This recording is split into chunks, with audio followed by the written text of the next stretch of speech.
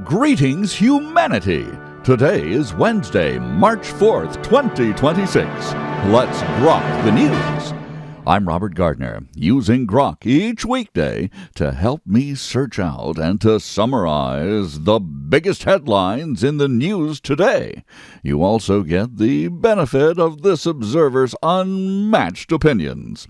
We briefly review a roundup of the most critical reports in the world, but first, and mostly in this special report, a deep dive into today's story, the conflict in Iran. That's coming right after this. God with Us, the story of Jesus, is a full blending of all the Gospels into one continuous narrative, a story that misses nothing from the Savior's life. Inspired by the majestic text of the King James Bible, God with Us is adapted to modern language and formatted for easy reading. It is above all a faithful paraphrase divided into brief stories fit for daily Bible studies. This book was fully researched to present the story of Jesus from his birth to his ascension. Find God with Us by me, Robert Gardner, at Amazon.com or wherever books are sold. And now, let's grok the most important news in the world today, starting with our lead story, Dateline, Tehran, and Washington, D.C. The United States and Israel are now locked in the fifth day of an escalating air war against Iran, with massive strikes hammering Tehran, the Islamic Revolutionary Guard Corps command centers, nuclear-related sites, and ballistic missile facilities across the country. Iran has mounted fierce retaliatory waves, launching hundreds of drones and missiles, targeting U.S. embassies and military bases throughout the Gulf region, including sites in Dubai, Qatar, Saudi Arabia, Kuwait, and Iraq. The attacks have set off fires near the U.S. consulate in Dubai, damaged U.S. facilities in Riyadh, and forced widespread evacuations amid chaos. U.S. and Israeli officials report that the campaign has hit over 2,000 targets so far and destroyed hundreds of ballistic missile launchers, secret nuclear infrastructure in Isfahan, and key IRGC assets, significantly degrading Iran's retaliatory capacity. President Trump stated that the U.S. has beaten Iran militarily and that Tehran is running out of missiles and launch sites, while framing the conflict as a response to Iran's evil ideology, an ideology that is now unifying even other Islamic countries against it. Iran's supreme leader, Ayatollah Ali Khamenei, was killed in the initial strikes, leaving the regime in disarray. His son, Mojtaba Khamenei, is reported to have survived and is positioned as a potential successor. Farewell ceremonies are planned in Tehran. Iranian state media and the IRGC claim complete control of the Strait of Hormuz, despite threats and despite evidence, vowing to spread the pain through further asymmetrical attacks on U.S. allies. Casualties are mounting on both sides. The Pentagon has identified 4 of 6 U.S. Army soldiers killed in the conflict so far, the first confirmed American combat deaths in this operation, sparking, of course, the usual domestic debate over war support. Satellite imagery reveals extensive damage to Iranian targets, while footage shows the scale of strikes across cities and the chaos across the Gulf nations. Thousands of Americans, British nationals, and others remain stranded in the Middle East, facing flight cancellations, closed airspace, and mayhem at borders and airports, having not gotten out soon enough. The U.S. State Department is scrambling evacuation flights, with the first U.K. government-chartered departure expected soon. The chaos includes 500,000 Indonesians who remain stranded across the Middle East due to the flight cancellations and escalating violence. Oil markets are in turmoil as fears grow that Iran could attempt to close the Strait of Hormuz, the world's most critical oil choke point. Global financial markets reeled from the Iran war as oil and gas prices surged and major indices tumbled. The Dow fell 850 to 1,000 points in heavy selling. Threats to the Strait of Hormuz have investors bracing for prolonged energy shock and renewed inflation fears. This observer is no financial speculator, but has a feeling this might be a good time to buy.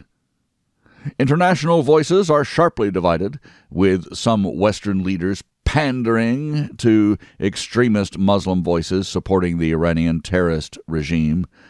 French President Emmanuel Macron has condemned the U.S.-Israel strikes as outside international law, whatever that means, while Canada's Carney has expressed support with regret. President Trump threatened to sever all U.S. trade with Spain after Prime Minister Pedro Sánchez refused military base access for the Iran war and declared no to war, escalating tensions between Washington and yet another feckless NATO ally. It seems to this observer that the UK under Keir Starmer also refused the use of U.S. air bases. With allies like this, who needs enemies? Who needs NATO? Gulf states are deliberating responses to Iranian drone swarms. Both Russia and China have voiced strong diplomatic opposition to the campaign. Russia's dependency on Iran for military drones and China's dependency on Iran for oil will be keenly felt by these adversarial powers in the weeks and months ahead, as sirens continue in northern Israel and fresh strikes hit Beirut and southern Lebanon targets linked to Hezbollah. The risk of a broader regional conflagration remains high on day 5 of what many of the usual analysts now call an imposed war with no clear off-ramp. Meanwhile, Trump administration figures framed the Iran attacks as avoiding a forever war, a war that's been waged against America for the last 47 years, while the president claimed that Iran's ideology is now unifying global opposition and that the U.S. has already militarily prevailed. Now it's all over but the shouting. This observer does recall that President Trump has promised much stronger strikes lie ahead. And now we grok the headlines from around the globe. Dateline Austin, Texas. Texas has launched the 2026 midterm primary season with some major upsets. Senator John Cornyn and Attorney General Ken Paxton advanced to a GOP Senate runoff with big money backing Cornyn. State Representative James Tallarico defeated Representative Jasmine Crockett in the Democrat Senate primary.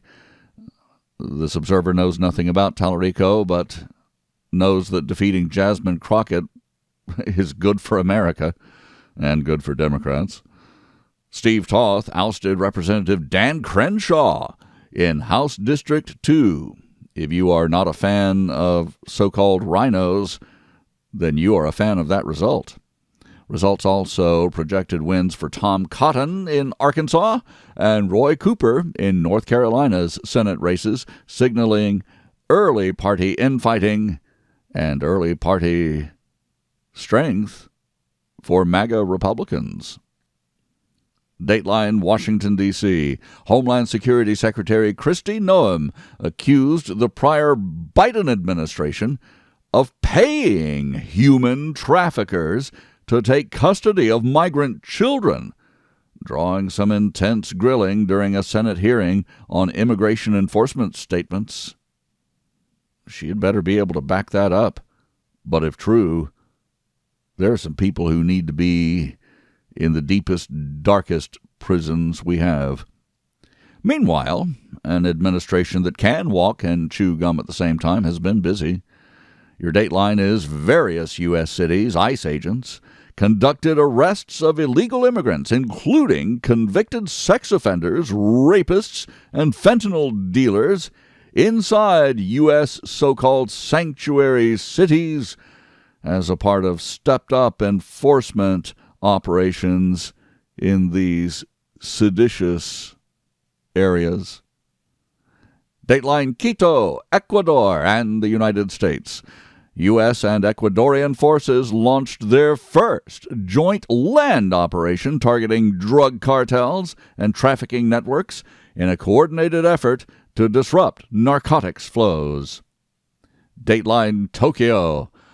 A Japanese court upheld a government order to dissolve the Unification Church, so-called, marking a major legal step following years of controversy over its practices and recruitment. Now, you can bet that this observer would be upset if they were dissolving the Southern Baptist Church or the like over there, but they're not. This observer remembers the Moonies emerging in the late 1900s, one of those terrible mass brainwashing cults that have ruined so many lives in recent history. Dateline Seoul, South Korea. A woman and several doctors were found guilty there in the murder of a newborn baby in a high-profile case that drew national attention to medical ethics and infanticide. In the West, well, we call abortion on demand even post-birth simply abortion. In ancient times, we called it human sacrifice. Dateline Beijing. China's annual Two Sessions political meeting is convening to set key priorities and policies for the next 5 years amid global economics and security uncertainties. Well, they have their work cut out for them. It's not as easy being a communist purveyor of chaos and evil when America stands strong. Dateline Washington, D.C. The U.S. Commerce Secretary is set to testify before Congress regarding reported ties to Jeffrey Epstein as part of ongoing probes into high-level connections. Over in Europe, some highly placed figures are figuratively losing their heads over their vile connections. Let the chips, or the heads, fall where they may, says this observer.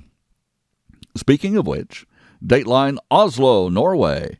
New rape charges were filed against the son of Norway's crown princess as his trial continues, intensifying scrutiny on the royal families of Europe.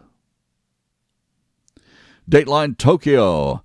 An 8-year-old Australian girl was killed in a tragic snowmobile accident while on holiday in Japan, prompting safety reviews at resorts.